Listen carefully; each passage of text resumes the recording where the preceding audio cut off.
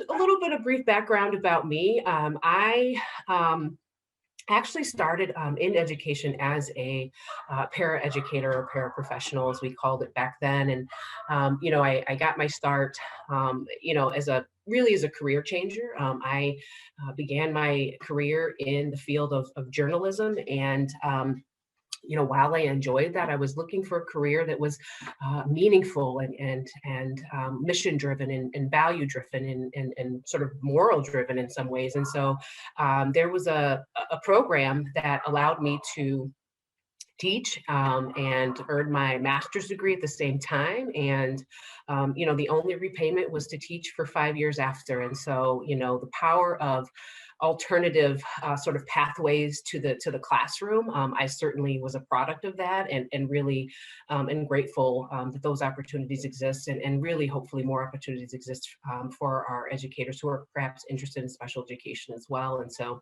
and as a paraeducator, really got to experience the field in a variety of different vantage points. And so from there, received my degree in a concentration at the time. They called it behavior disorder. So I'm going to date myself just a little bit. And now we know it as ED. And so really spent the bulk of my career in in gen ed classrooms, supporting teachers and co-teaching in resource settings, a lot in resource settings as well, and then also in completely sort of self-contained settings. So terminology is a little bit different, as I was teaching in the Midwest and in the Iowa and Chicago area at the time. But again, really just taught across the spectrum in a variety of settings as well. And if there's one thing you need to know about me, is that I am a former middle school teacher, and hopefully that will tell you a lot about just who I am as a person, and really enjoyed the middle school experience. And I taught high school freshmen in particular. So I have a special heart for those grade bands. And so I think really for me, the classroom provided just a really rich experience, and I really got to I think understand the system of education, right?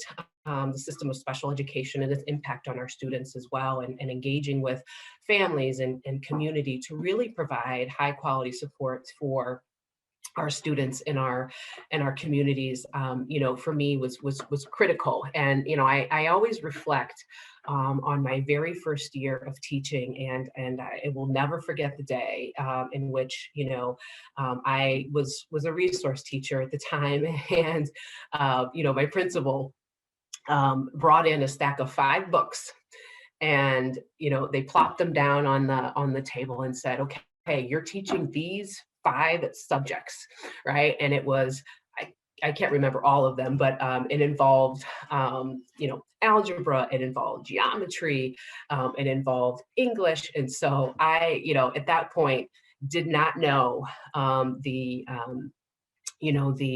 sort of the work behind it, right, and the planning behind it. And so for me, it was a very eye-opening experience of really having to juggle teaching, not only teaching and learning and instruction, but also building a classroom community. And so I really think about the first classroom of students that I ever taught, and really sort of thinking back and reflecting upon that experience, really came to understand that I learned far more from my students than I probably ever, that they learned from me. And so it really, again, was just an experience that, I really think about often as the students that really helped bring me into the profession, and really, think about the classroom community as someplace that's really, really special.